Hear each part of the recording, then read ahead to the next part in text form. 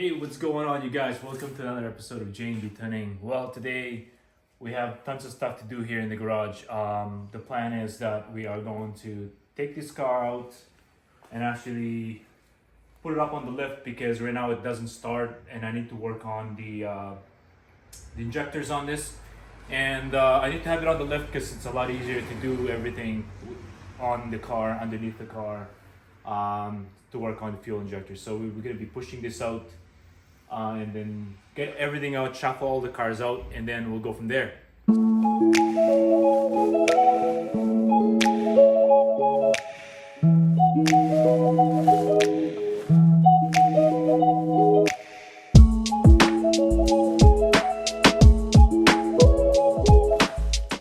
All right, guys, we got it out finally. Thanks for Keanu and Gabe in this process. We have to push it out because the car again doesn't start. So the challenge now is for the three of us to push it all the way up there once we get all these cars out, obviously. But we're gonna give it a quick rinse here and just to get all this filth out before, so that way one issue taken care of in the process is how filthy this baby is right now.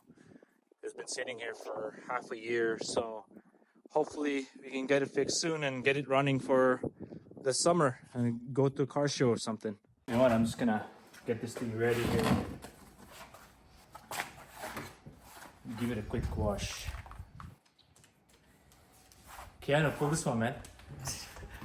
You be the gunner here. Just power it on and get it up. Go for it. Get close to the ground first? Oh yeah, spray the ground first. That's a good idea. Awesome. There you go.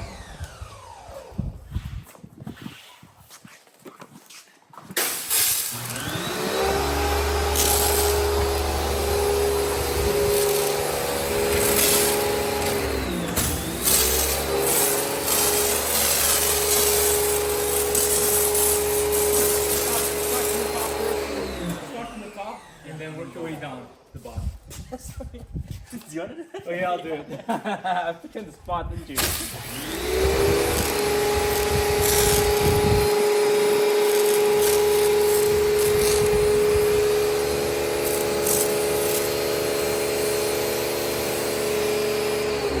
so windy right now, so we gotta go this way because the wind, or else it'll get all splash in your face.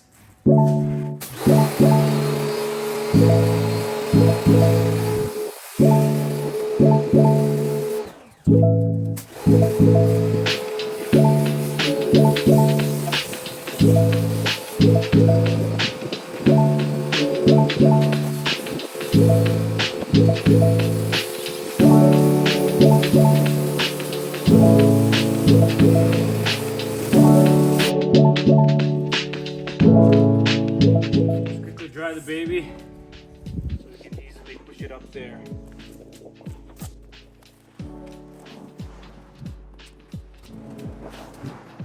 Oh, it's been about almost a year since this car has been somewhat washed. Just a bunch of dust in there though, nothing major. It was clean before the car got stuck there, but so I just wanted to quick wash and then get the dust out. It's been pretty dusty in this area lately. Horrible. I love this towel. This is such a easy, well, it's Samsonite, but there's different brands out there that's amazing. I bought one from Japan actually. I haven't tried it yet, but this has been pretty helpful here the past year, and it's doing the job. I think I even got it as a gift over Christmas. Works out pretty good. Just keep it clean. You know, wash it once in a while. Make sure you don't put any dirt in there because dirt gets embedded in there. It scratches your paint. So make sure that it's always clean, nicely washed. Use it only for drying.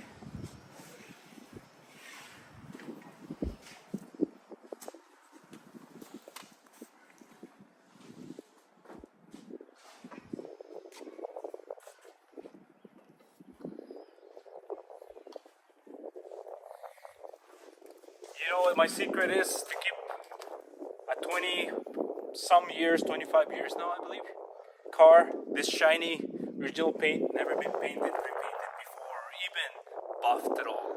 This car has been in its special, or it's been like this. It's original paint, and simple, guys.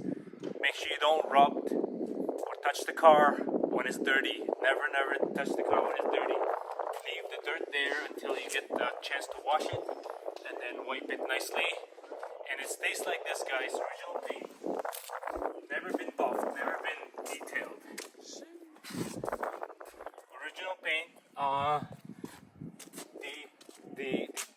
The clear coat on this baby hasn't been buffed at all. It's still the original level. So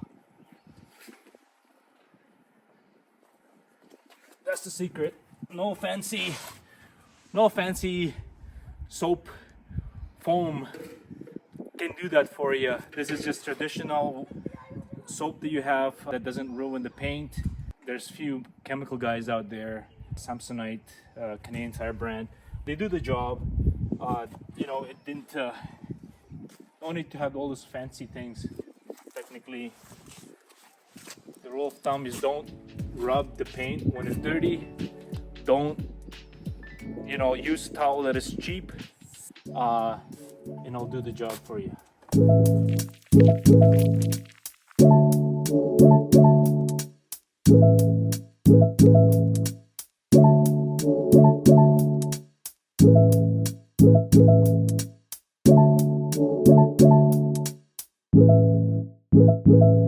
Okay, I'll just get this car out now and do a cold start.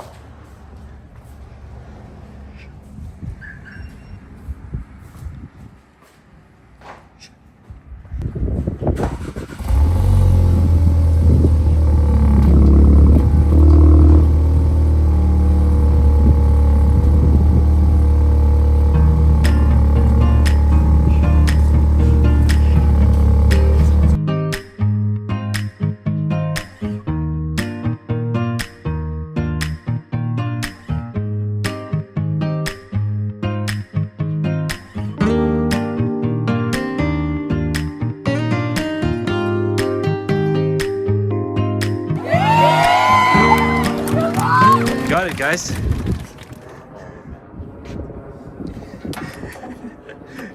Then just pull one end.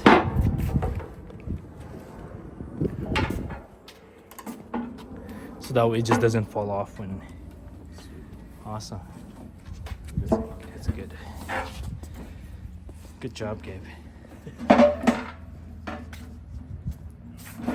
Well, finally got it in, guys. It's a tough one because we had to push this baby in.